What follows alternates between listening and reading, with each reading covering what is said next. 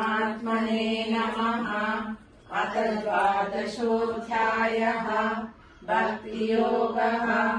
अर्जुन उवाच एवं सततयुक्ता ये भक्तास्त्वं पर्युपासते ये चाप्यक्षरमव्यक्तम् तेषां के योगवित्तमाः। ॐ नमो भगवते वासुदेवाय स्वाहा। श्रीभगवानुवाच मय्यावेश्य मनो ये माम् नित्ययुक्ता उपासते श्रद्धया परयोपेताः ते मे युक्ततमा मताः। ॐ नमो भगवते वासुदेवाय स्वाहा। एत्वक्षरमनिर्देशम् अव्यक्तम् पर्युपासते सर्वत्र गमचिन्त्यम् च कूटस्थमचलम् ध्रुवम्। ॐ नमो भगवते वासुदेवाय स्वाहा। संनियमेन्द्रियग्रामम् सर्वत्र समबुद्धयः ते प्राप्नुवन्ति मामेव सर्वभूतहिते रताः। ॐ नमो भगवते वासुदेवाय स्वाहा। क्लेशोऽधिकरस्तेषाम् अव्यक्तासक्तचेतसाम् अव्यक्तानि गतिर्दुःखम् देहवद्भिरवाप्यते। ॐ नमो भगवते वासुदेवाय स्वाहा। ये तु सर्वाणि कर्माणि मयि सन्न्यस्य मत्पराः अनन्येनैव योगेन माम् ध्यायन्त उपासते। ॐ नमो भगवते वासुदेवाय स्वाहा।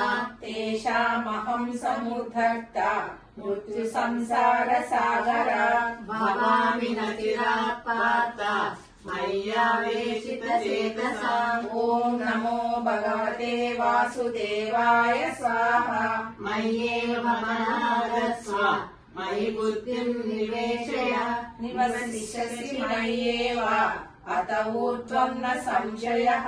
ॐ नमो भगवते वासुदेवाय स्वाहा। अथ चित्तम् समादातुम् न शक्नोषि मयि स्थिरम्। अभ्यासयोगेन ततो मायित्यात्तुम् धनञ्जय। ॐ नमो भगवते वासुदेवाय स्वाहा। अभ्यासेऽप्यसमर्थोऽसि मत्कर्म परमो भव। मदर्थमपि कर्माणि कुर्वन् सिद्धिमवाप्स्यसि। ॐ नमो भगवते वासुदेवाय स्वाहा। अतैतदप्यशक्तोऽसि कर्तुम् मद्योगमाश्रितः। सर्वकर्मफलत्यागम् तथा कुर्यात्मवान्। ॐ नमो भगवते वासुदेवाय स्वाहा। श्रेयो हि ज्ञानमभ्यासात् ज्ञानाद् विशिष्यते। ध्यानात् कर्मफलत्यागः त्यागाच्चन्दिरनन्तरम्। ॐ नमो भगवते वासुदेवाय स्वाहा। अद्वेष्टा सर्वभूतानाम् मैत्रः करुण एव च। निर्ममो निरहङ्कारः समदुःखः सुखक्षमी। ॐ नमो भगवते वासुदेवाय स्वाहा।